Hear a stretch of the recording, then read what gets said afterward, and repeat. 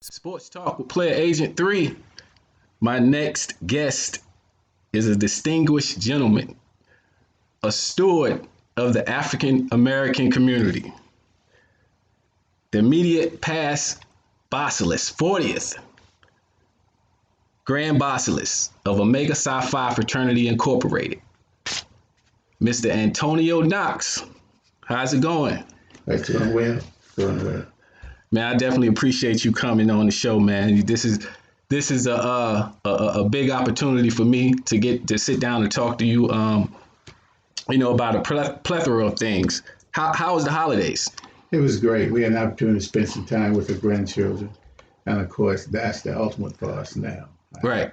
2 grandchildren, a 5-year-old and a 3-year-old. Okay. A boy and a girl. Okay. And that made this Christmas very, very special. Okay. All right. That's good. Now, you grew up in the Charlotte area. I did. Right? Up north of Charlotte and Cornelius. Cornelius. I was born in Brooklyn, New York. Okay. We moved down to Cornelius when I was very young. Mm-hmm. And I grew there and went to high school at North Mecklenburg, then came to NC State. Can you talk about, growing up in the Charlotte area, some of the the tough times that you had to endure as a child? Yes. Well, I was blessed. We grew up just north of Charlotte, a place called Cornelius, which is right there on Lake Norman. People hadn't heard much about Cornelius, but as Cornelius has grown, as Charlotte's grown, now it's one of the places that people look to when they're considering the Charlotte area. It's right there on beautiful Lake Norman. Yeah. It's close to Davidson College, just 20 miles north of University of North Carolina, Charlotte. So you have a number of the professional athletes now that move from the Charlotte area up to Cornelius, up on Lake Norman. So it's a little different place. Back when I was there and growing up, we were small. We were the African American community for Cornelius. At that time, land was not very valuable. But of course, now it's one of the most valued pieces in that area. And we're blessed. My family still maintains some property there. Okay. And one day we may be able to move back into that area. Okay. But growing up, it was a little different there. We would walk to school, going up through the community, walk to school and walk back in. And when I was working out for sports, I could literally run down the middle of the highway at Highway 73 and maybe have to get out of the road one time. And now they have roundabouts and traffic lights every so many hundred square feet. Okay. Shopping centers along that path that I used to run. You can't even walk on that street. So there's been a change. There's been a change, but it's a change, I think, change for the best. Now, a lot of people don't know, and I'm sure a lot of people do know that you're a football guy. Yes. You play football at North Mech. Yes. And you were blessed to be able to earn a football scholarship to NC State University. Yes. Talk about your football days, first of all, at North Mech. Well, at North Mech, we were up in the county, one of the county schools, and I was blessed to have great coaches, Will Capagna and Leroy Holden. And we had some good teams. We had a lot of guys that were able to go on, have an opportunity to go to school and do things. But we also had guys who we were blessed to have good teachers that stressed that, we were student athletes and we had to be good students. And the blessing was that I was able to go to North Carolina State and I had academic money as well as football. And so that was the blessing to say that, it's not just about athletics. Athletics can help earn your way, but at some point in time, that stops. And you got to be prepared for life after that. So I learned that at an early age. So getting to from North Mech and playing with some guys who will be friends forever. I had an opportunity to go and play in other places. And when we get together for reunions, it's a great time. Larry Long and Randy Bolton and James Lowry and those guys. And we just look forward to those times because those years are stretching out. Yeah. And from there, fortunately, I was able to go to NC State and meet some great guys and learn a lot. So what, as a black man, growing up during that time, what did it mean to you and your family to be able to go to school and not pay a dime, and be blessed to play football, Division I football in the ACC. Well, that was a blessing. I was from a family who my mother was a person who was able to actually skip a grade, Okay. and she was a valedictorian, so they made sure that we were going to do what we had to Uh-huh. in school. My father was an athlete, very competitive. There in Mooresville, North Carolina, prior to going and doing some things in New York, and even my grandparents. And football and baseball, of course, Okay. they allowed me to play, and were happy to have success.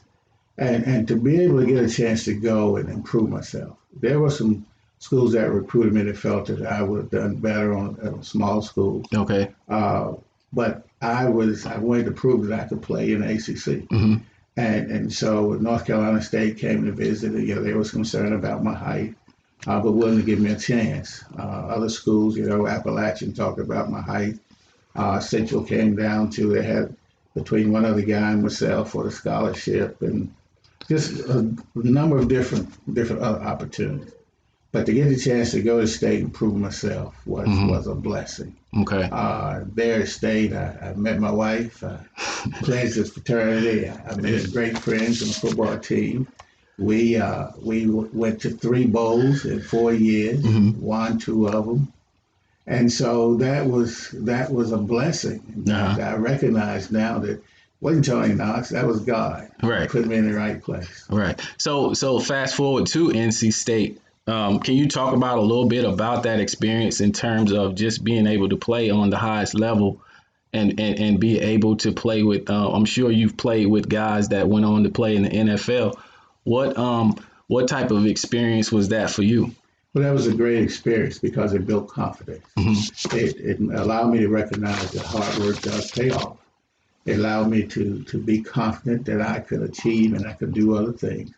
I played with guys like Ted Brown, who had a great career, went on to play with the Minnesota Vikings. Mm-hmm. Jim Rich and I battled every day. Jim was the Outland Trophy winner. Went on, had a great career, started with Buffalo. Other guys like Simon Gumpton and Woodrow Wilson from Hampton, who came down and were great when they stepped on the field from the beginning. A good friend and teammate who passed this summer, Bubba Green from New Jersey. Bubba was the greatest defensive tackle as far as I'm concerned, that had come to NC State. And we've had some great ones since, but I hadn't seen any better than Bubba. Mm-hmm. He and Simon Gumpton, I think, could play with anybody in the world. Okay. Bubba passed this summer, but went home, played in the NFL, and then got out and started working with the youth. Mm-hmm. Coached in the Maryland area, did a lot of things up there. And so it was a great experience because those guys are friends for life. Mm-hmm. We were competitive. We beat Pittsburgh in the Tangerine Bowl, my last game. That's something that, you always want to win that last one. We'll never forget that. They had the great Hugh Green, and we beat them. And we had some other huge wins during that time. We beat Penn State, and of course in the ACC. We were the team that knocked Maryland off. So some good things happened. Okay. So at what point in your 4 years at NC State did you say to yourself, you know what? I may not be an NFL player, but I'm gonna make a difference elsewhere. At what point did? Well, by my sophomore year, the first year was all pumped up into making this, and I can prove that I can play here. Then I can prove that I can go on to the next level.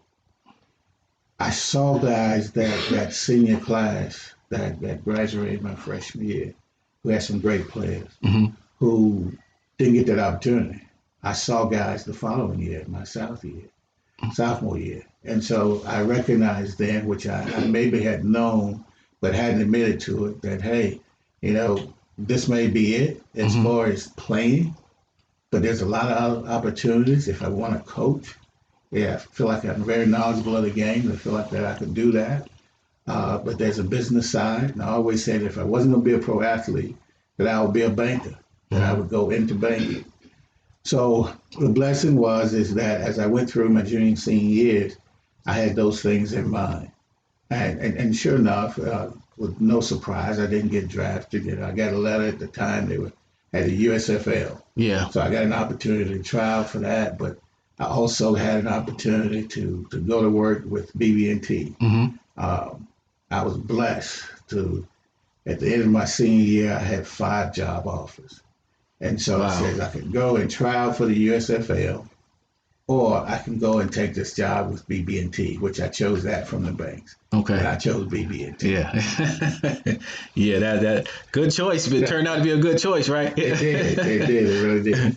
Now, do you feel like joining Omega Psi Phi fraternity, do you think that was a stepping point or a point in your life where you felt like, you know, things were going to go in a different direction outside of sports? That was the point when I truly realized that it wasn't about me, but it was about what I could do for others. And as I got the opportunity to join the fraternity, one of the things they talked about, well, we know what Omega's going to give to you. What are you going to give to Omega? So I'm going to work as hard as I can every day to make Omega the best organization that it can be. And I'm going to do all that I can within the organization to be able to help others. This allows me to have a team that's going to focus on helping others. And so that was the attitude I went in with. That's the attitude that I still have. And I always say, you've probably heard me say it, the only thing that beats Omega's giving is God's giving. And so I've been blessed. Now, do you feel like, you know, the scholarship that you got to NC State University playing football afforded you the opportunities that you have right now? Well, it helped to shape those opportunities because it took me there. The opportunity to go and to be a student athlete at NC State allowed me to go and meet the people that I needed to be able to meet to get to that next step.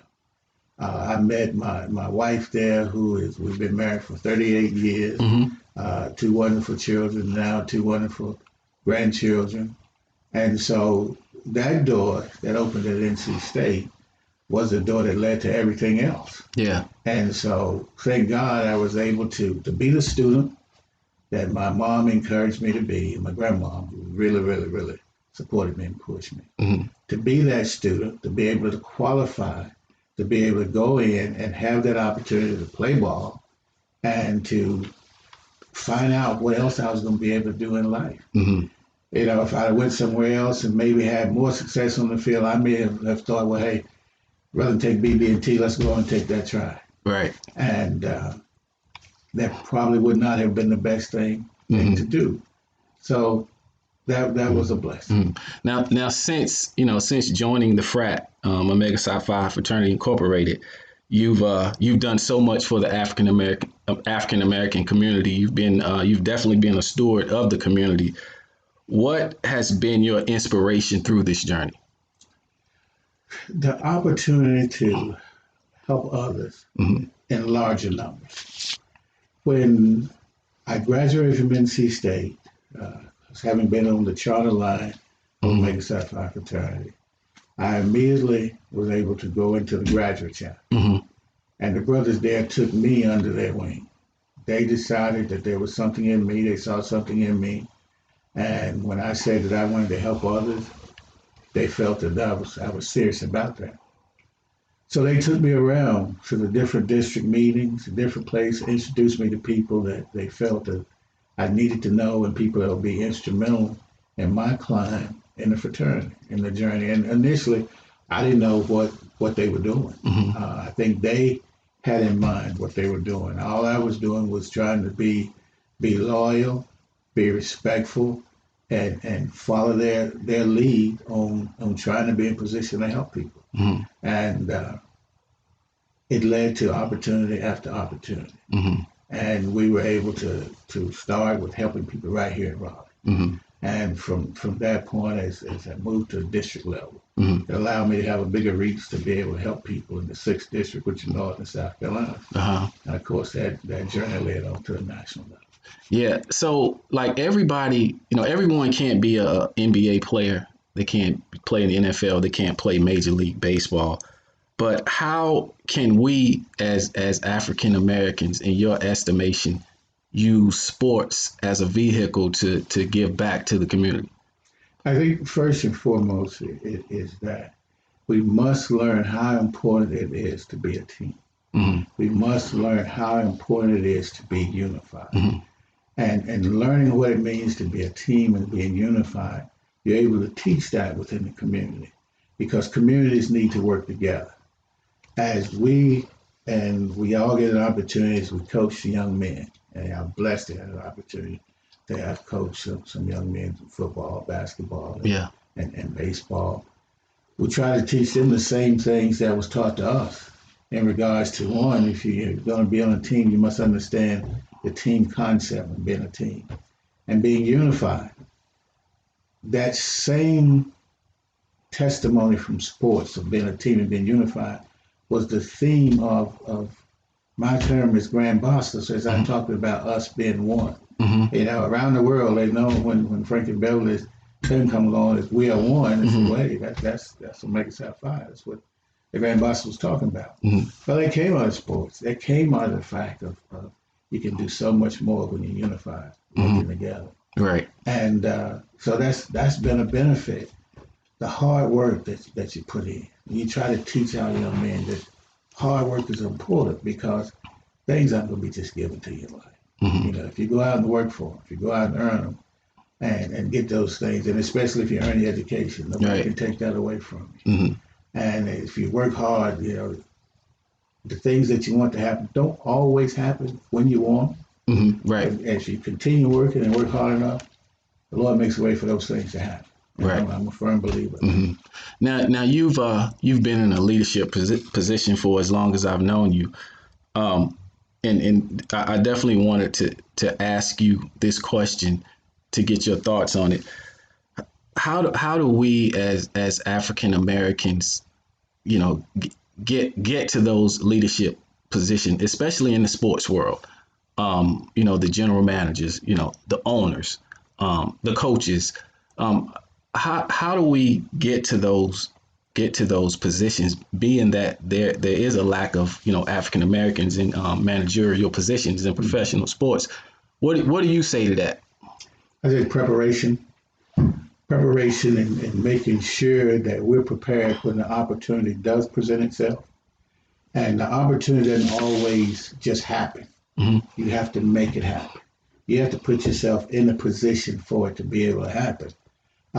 If you have those aspirations, you must let others know. You must meet people within the field that you wish to go into and learn as much as you can. Mm-hmm.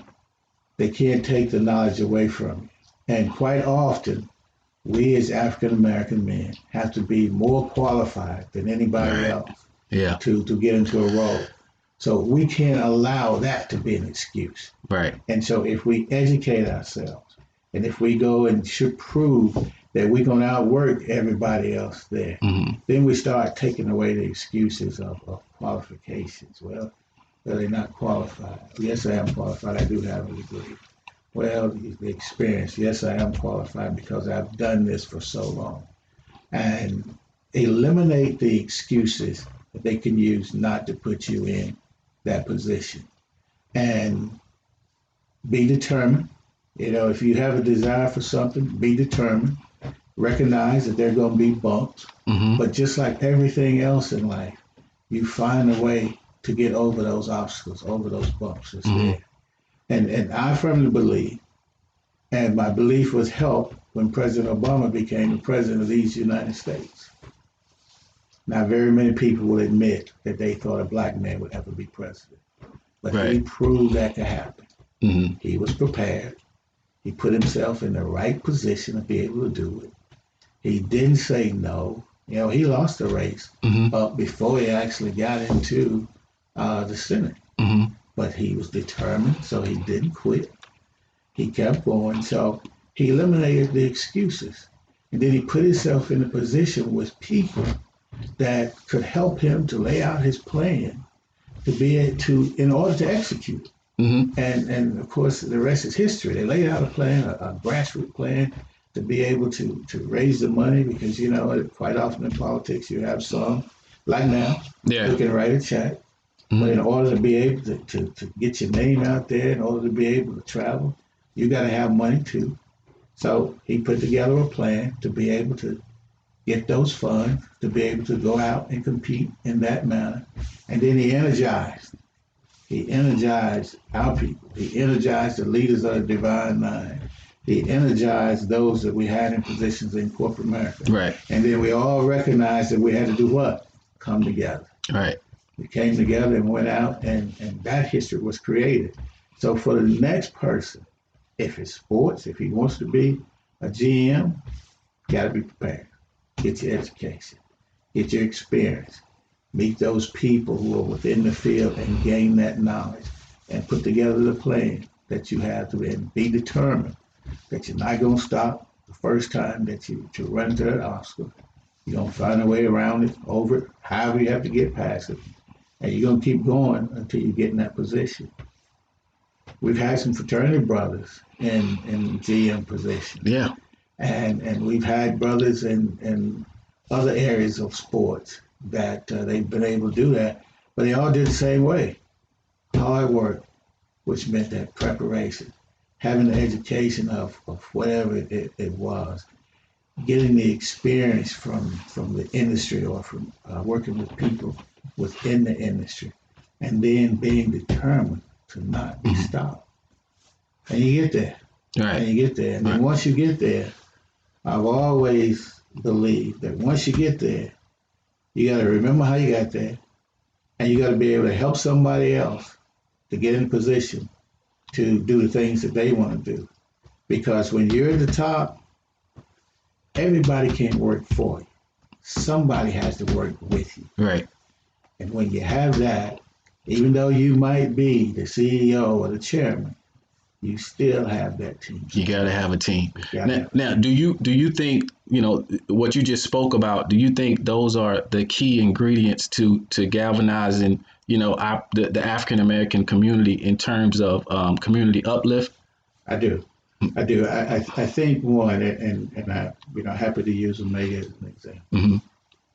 We have to be able to go into the community, and first of all, show the community that we're together. And when we are able to pull in the other Divine Nine organizations and can show the community that we are all, no matter what color shirt we have on, that we're all working for the same goals, trying to make our community better, we're so much stronger. Omega took that role on Divine Nine Legislative Day for a couple of years. We had the largest turnouts ever, and we feel like we had a very positive impact when we went down to the legislature. So definitely, those things that I've just talked about, the preparation, the coming together as a team and working together as one, those are the things that's going to help our community. We can't go into the community with a mentality of, well, we're the only ones and it's about us and not about them. We go into the community that it's not about us, but it's about them, about what we can do. People can actually see that and feel that, and it's a lot easier for them to be willing to come along and work with you in trying to get to the point that we need to get to. And it's a critical time. 2020 is coming up. It may be the most critical election within our lifetime. And the only way that we create change is that we come together as one, that we go into the community, and that we bring everybody else together as one. And when we come together as one, then we determine the things that's going to benefit our communities the most, the things that we need, that we have to have, that we must be able to get to create a balance on the scales of justice. Here right here in North Carolina, we have, in Raleigh, we have the Chief Justice of the state of North Carolina. We've got to be able to support those who are going to create that balance, like she does, who are going to create that balance for the African American community and for all citizens within the area. So with 2020 coming and the election, it's more critical than ever that we're together, And as African American men, as men of Omega Psi Phi Fraternity Incorporated, it's so important that we work together with other organizations and we not be afraid to go into the community and give everybody the formula to come together and then go out and do what we should do in casting our votes and making sure that we help others to be able to be in a position to cast that vote. Now, do you think it's funny that you talk about, unity and coming together as one? Do you think that has been our Achilles heel for the past 400 years? I think it has. I mean, one of the things I look at other cultures when they come in this country, Mm-hmm. they share resources. They share resources and they seem to provide opportunities for each other. Right. And they seem to advance. And for so long, we have been doing the opposite. Instead of supporting each other, we found a reason not to. Tear each other down. Tear each other down. And I think that has been our Achilles. But now is the time. Mm-hmm. Now is the time for us as Black men, as those who are former athletes, those who are within the Divine Nine, that we all come together as one. Mm-hmm. And we recognize that it's about how we can help each other to build that unity and work to help those who are less fortunate. And our young people, which represent our future, give them the formula that we've used to be able to build success. Mm-hmm. And allow them to recognize what can happen when they work together and when they follow those same formulas of being prepared and having that desire and determination, getting their education and not stopping the first time that they get knocked down. Get up and go forward. Mm-hmm. Then I think we will have done our job. Okay. I'm gonna take this point back to sports. As you know, that sports is a multi-billion-dollar industry. Do you feel like, and with the money that professional athletes, African American athletes have amassed, do you feel like we have failed our community in terms of being better stewards and just giving back to the community based on the revenue that we have generated over the years? I won't say that we failed, but we could have done more. Okay. I think we still can. Mm-hmm. I think, a lot of times when the athletes get that money, for a lot of families, that's the first money. Right. And they, unless they have the proper management team, they don't necessarily know what to do. And a lot of times that first money doesn't last very long. But when they have the right management team, it helps them to be able to make plans and it helps them to understand what it means to be able to manage, and a part of manage, be able to give. And we see things like that happening. So as a part of that education is we should be educating when we recognize a young man has that opportunity or a young lady, we should be educating them on how to manage once they get that opportunity. But we also, I think the great things that the Outer chapter does is they take the mentoring group and they teach them how to give back. If nobody's ever had anything and ever taught you about giving, you don't really know. Right. With the organization teaching those young men, when they go with the hat, socks, and gloves, and they go over to the Helping Hand mission, and they see us giving to the mission and giving them to give to the mission, teaching them how to give back, I think that stays with them. Some of the athletes, if they have been taught the process of giving and have been able to see the impact of how the Lord gives it back, been able to see the impact, then they would be more apt to do it.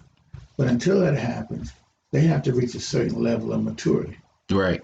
And once they reach a certain level of maturity and recognize that it wasn't just them, or they didn't get there by themselves, they recognize that it was not only the support from the parents, but also from God. Then that maturity allows them to recognize that I need to share. Right. I need to give back. So there's a lot of guys out there still with resources that's still going through that process. And I'm praying that they'll mature and then be able to invest back into the community that supported them. Right. That supported them to get there. Right. And I think that can make a huge difference for others. It not only provides opportunity, but it demonstrates the importance of giving. Mm-hmm. One of the things, I was watching a bowl game yesterday, and Isaac Bruce. Yeah. Isaac Bruce, another Omega man. Isaac Bruce provided an opportunity for all the young people within the Memphis Boys and Girls program the opportunity to come to see Memphis in the bowl game. So he picked up the tickets, he picked up the travel, he picked up the lodging. So that demonstration of giving there impacted a number of young people and their families. Mm-hmm. They'll remember that. All right. They remember that. And somebody out of that boys club group is going to be in a position one day to be able to give back. Mm-hmm. And I also think that, you know, kids, they have to see us other than football, basketball players, baseball players. They have to see us as doctors. They have to see us as lawyers. They have to see us as coaches, general managers. That's right. You know, not just the athlete. Okay, they have to see us in another light. I think that's so important, what you just said. What we have to do is that the star of the team is going to be on the commercial. Mm-hmm. But we also have to recognize that guy who's doing what he's supposed to in the classroom, who's getting opportunities based on being the total student athlete, and who's going to have a job that he can be successful in. Mm-hmm. I know that things are commercialized and that the sponsors want the guy who's going to attract the most people. That's who they're going to get to do the commercial. But if you get that guy who was blessed to have that opportunity to go and be there, who has got a job when he graduates, and you also talk about this guy and the opportunity for his future, then somebody's going to hear that message as well. But if you don't ever talk about, you know, football teams, you got 105, and you may have 5 that's going to get the draft. If you don't ever talk about that other 100, then those young men out there with aspirations, Right. It's later before they recognize that there was another 100. Mm-hmm. Exactly. But if somebody talks about that other 100, pats 1 or 2 of them on the back, they'll recognize it soon. Yep. Good stuff. So what's next for Tony Knox? Is anything out there that people can look forward to? Well, I want to continue to be able to give back. The Garner Road Community Center right here in Raleigh, North Carolina, is very important to me. Mm-hmm. And we have been there for our community for many, many years. You know, we were one of the last remaining Black YMCAs, but we didn't merge. We remained as a community center. And so I'm going to try to do more to help there. I'm involved in the community in a number of different ways. I serve on the board of trustees for St. Augustine's University. I volunteer and do what I can at our university in NC State. So I'm going to always try and be busy helping others. Okay. But the focus, I'm going to try and do some things at Garner Road to be able to help some other kids to get the opportunities that we have.